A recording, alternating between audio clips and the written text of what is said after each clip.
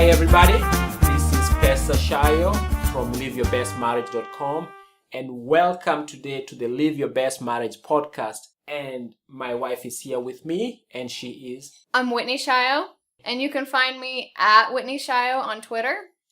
And this is the Live Your Best Marriage podcast where we always believe that every marriage has a chance to be awesome and also to be fulfilling. And we are here to give your marriage a fighting chance because you are always bombarded with so many negativities and so many ways that your marriage won't work. Everybody is not rooting for your marriage, but we are here to tell you that your marriage can be awesome, your marriage can be successful, and we are here to give you some tips to help your marriage get better. That's right. Instead of you guys fighting in your marriage, we want to help you fight to keep it. And we want everybody who's married to be able to look back on their life and be glad that they lived a story worth telling and they survived all of the pressure to go their own separate ways. Because everywhere you go, it's always, if you don't think you can make it, get a divorce.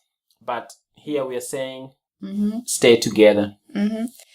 And we also get that feeling of the whole incompatibility thing, but it's actually just not true. You don't have to be a perfect match. You don't have to be a perfect fit to the person you married.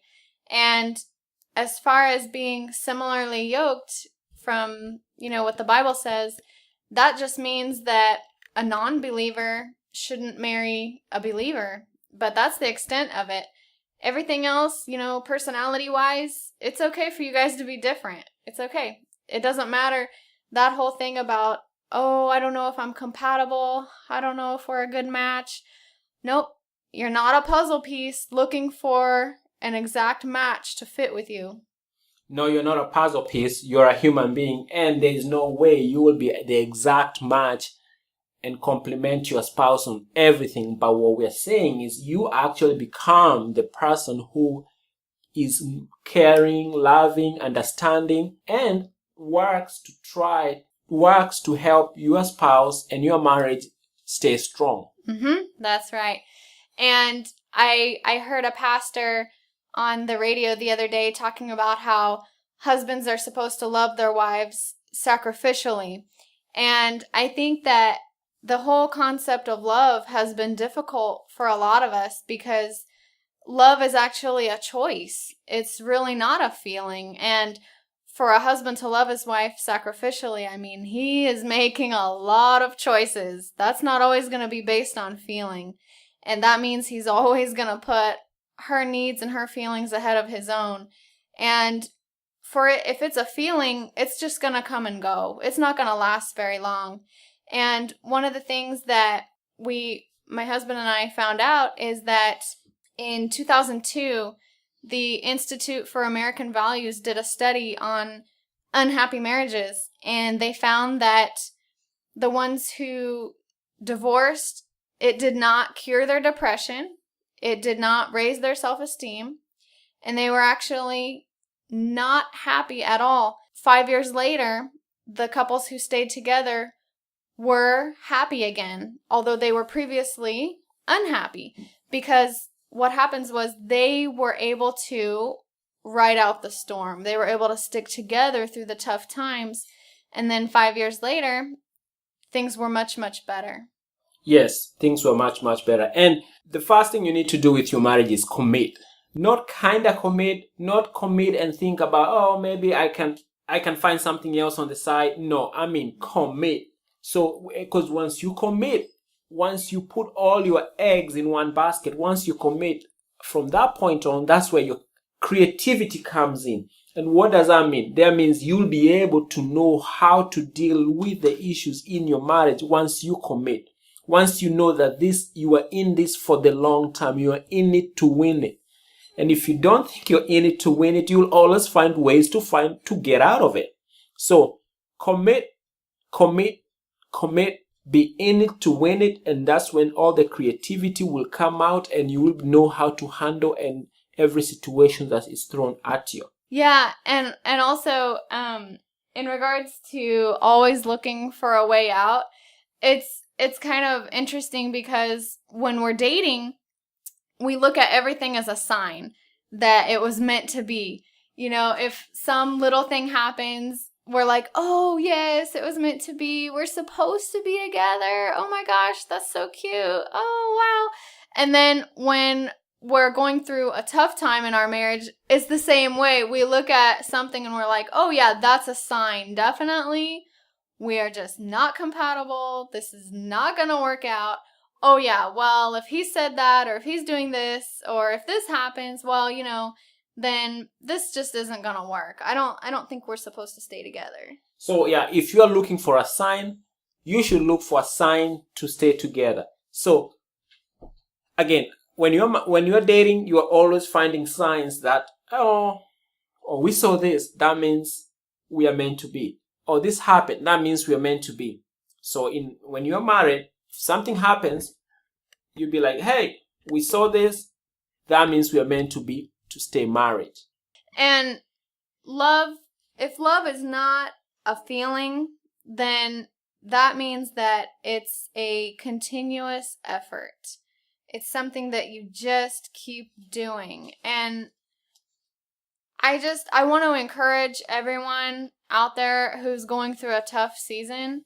And I want to remind you that actually it is only a season. It's temporary. Things will get better. And we're praying for you guys. And remember, we're also real people. We have tough times too. But we do the best we can just to work it out and keep moving through those tough seasons. Folks, again, this is Live Your Best Marriage podcast, and we're going to take a quick break. And then when we come back, we will talk about 3 ways to end resentment in your marriage. 3 ways to end resentment in your marriage, folks. We'll see you in a minute.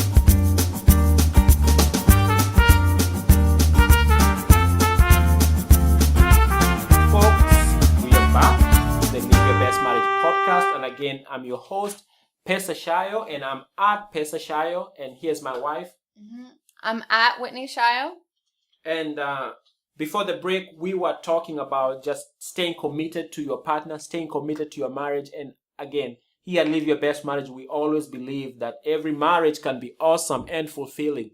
But you got to work at it. You got to work to stay together, not work to stay apart. Mm-hmm. That's right. Yeah. It takes work. And also, it takes effort to have an unhappy marriage, and it takes effort to have a happy one too. Because either way, you're still spending your energy. Yes, you're still spending. So, and I read somewhere that it takes one of the quotes I read was it takes the same amount of energy to have a mediocre marriage as it takes to have a great and awesome marriage. The difference is where you direct your energy. Are you directing your energy to stay together, or you're directing your energy to stay apart? And we have some tips to end resentment in your marriage, because sometimes things could have happened in the past, but somebody is not a forgive and forget Christian, is holding a grudge. So we'll help you take care of that grudge, and end resentment. Winnie. Yeah. Sorry, I was just laughing about the "Oh brother, where art thou" thing. So, yes, one of the first things you can do to end resentment in your marriage, or hopefully at least reduce it, is number 1, and these are actually all things that I learned myself, and I learned them the hard way. So the first one was to take responsibility. And if you're feeling bitter towards your spouse because they did something to you, they said something to you that was unloving, well, or maybe they did something for the family maybe that was irresponsible. What you can do is you can remove some of the blame from them, and that's going to help you be less bitter. And if you're going to remove blame from them, that means you will have to look for contributions that you made to that problem. And if you didn't contribute so much to the problem, maybe there was a lack of action on your part. Maybe you did not do everything you could to fix whatever that problem was. And so if you take responsibility for the things, for your actions and for your part of it, it actually empowers you. You're actually, it reminds you like, oh, wait, actually, I was capable. Actually, I have control of my life. I could have done something. I can't put all of this on my spouse.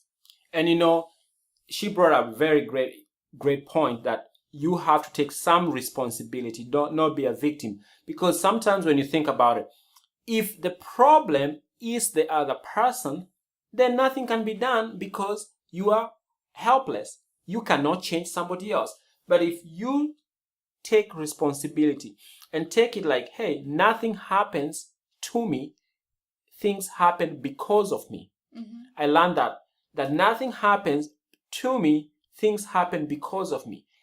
Because once things happen because of you, now you are in charge. You have the energy and the capacity, and you can actually change them, because you can change you can change your actions, you can change your behavior, you can change a lot of things. If only you realize that things are happening because of you, not to you. Mm-hmm. Because if they happen because of somebody else, they have all the power and there's nothing you can do. Mm-hmm. Yeah, and by the way, this excludes physical abuse and serial adultery. If your spouse is abusing you, or if they're cheating on you repeatedly, continuously, okay, that is not your fault. We are not, you need to get out of that situation.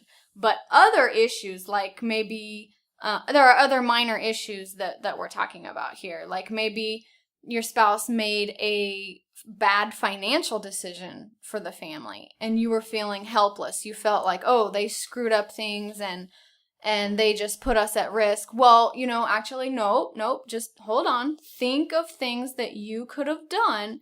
Think of solutions that you could have come up with. And again, I went through this myself, so I learned this the hard way. And now I'm happy. I'm much happier because now I've taken charge of my own actions and I feel like I'm actually in control. And we're going to take a really short break here, and then we'll be back to give you 2 more tips to end resentment in your marriage. And again, this is the Live Your Best Marriage podcast, and we'll see you in a few. Hi folks, we are back to the Live Your Best Marriage podcast. Again, I'm your host, Pesa Shayo, and I'm having my wife here. I'm Whitney Shayo. And at Live Your Best Marriage, we still believe that your marriage can be awesome and it can be fulfilling.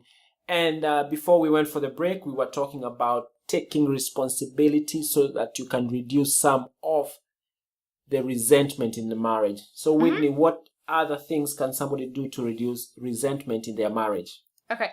So the first one was taking responsibility for your part. And then the second one is practice gratitude. And what I mean by that is sometimes just remembering the basic fact that there are more things right with your marriage than are wrong. And being grateful for the good things that your spouse does or the good things they say, that can bring you a lot of peace. And what happens is the reason why we get so upset with our spouse is, number one, their opinion means so much to us that we actually, sometimes we even look to our spouse for self-esteem, and that can be painful sometimes at times. And another thing is when they do say something negative, bad things actually are more sticky in our brains than positive things are. So we remember the negative things more and we put an emphasis more on that. And so if you're thankful for the simple fact that you are married, that means you're able to recognize that your spouse is actually a gift.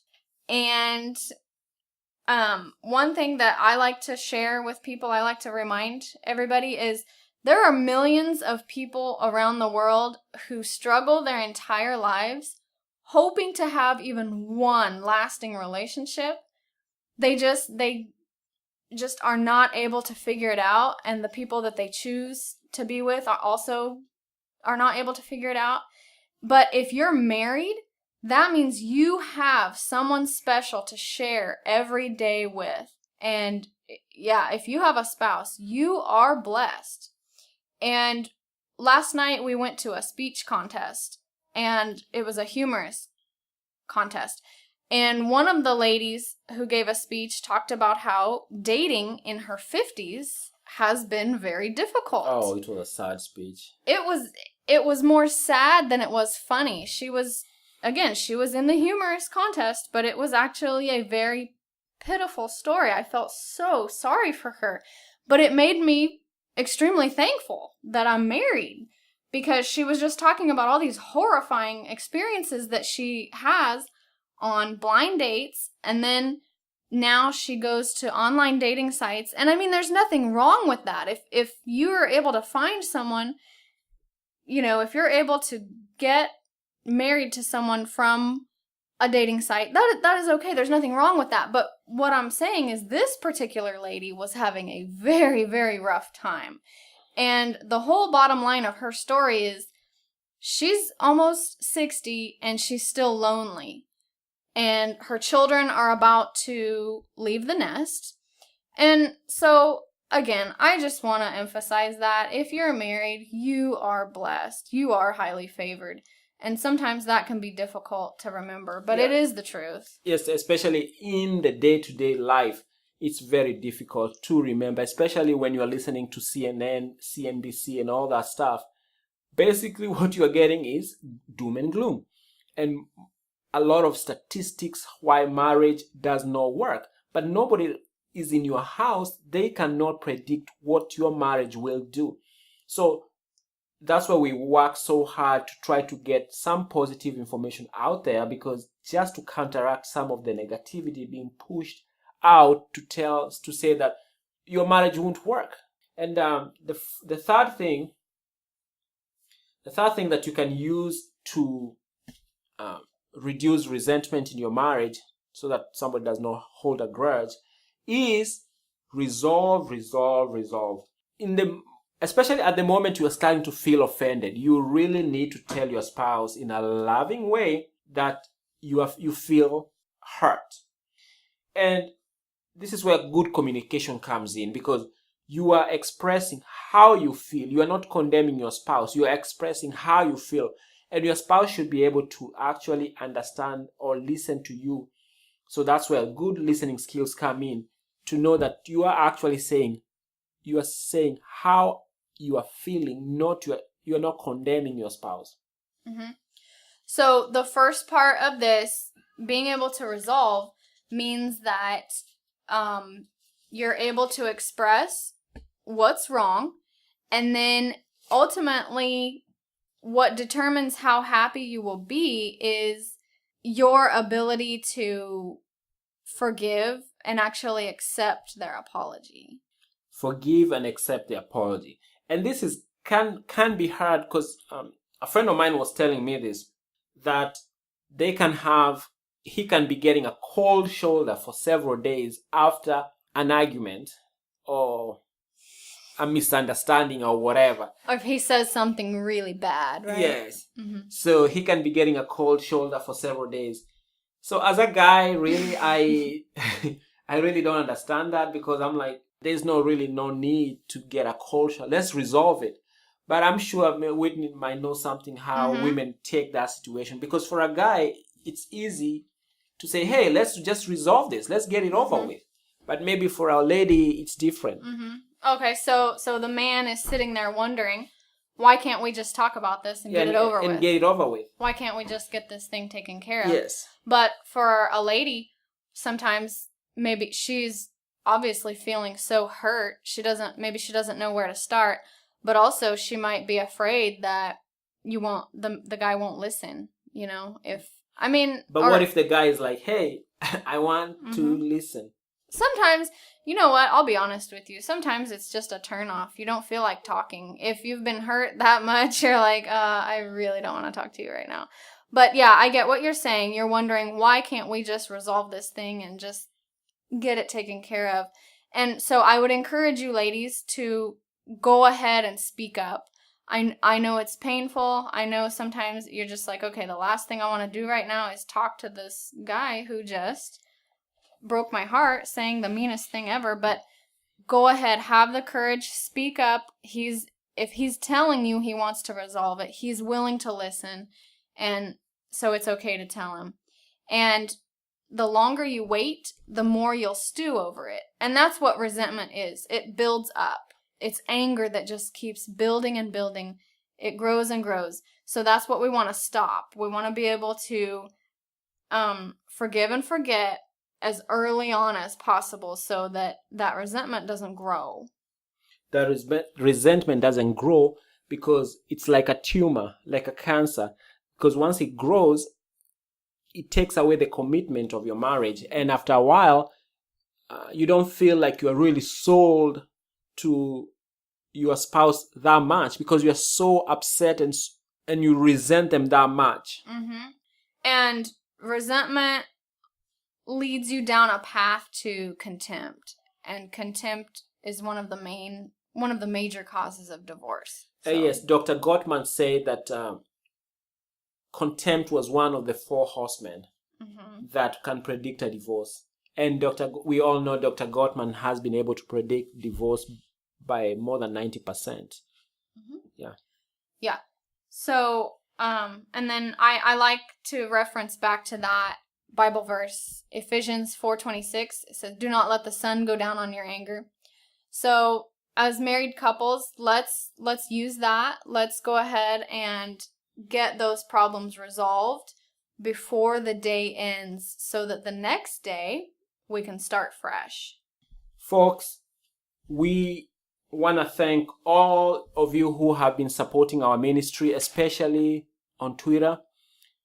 We've been getting a lot of support on Twitter, and if you are not on Twitter, you can always look for us. If you're on Twitter, you can always look for us at Pesa Shayo, and my wife is... I'm at Whitney Shayo, and also we would love to welcome you to the blog. It's liveyourbestmarriage.com/blog. We always like to tweet some encouraging quotes on Twitter so that you can always feel encouraged every day from us, so that at least it brings some sunshine in your day. Definitely follow us and we will follow you back. If you follow us, we'll follow you back. So folks, until next week, always remember your marriage can be fulfilling and awesome, but you gotta work on it. Again, this is Pesa Shayo and my wife is Whitney Shayo. And until next week, we will talk to you guys later. Bye. God bless.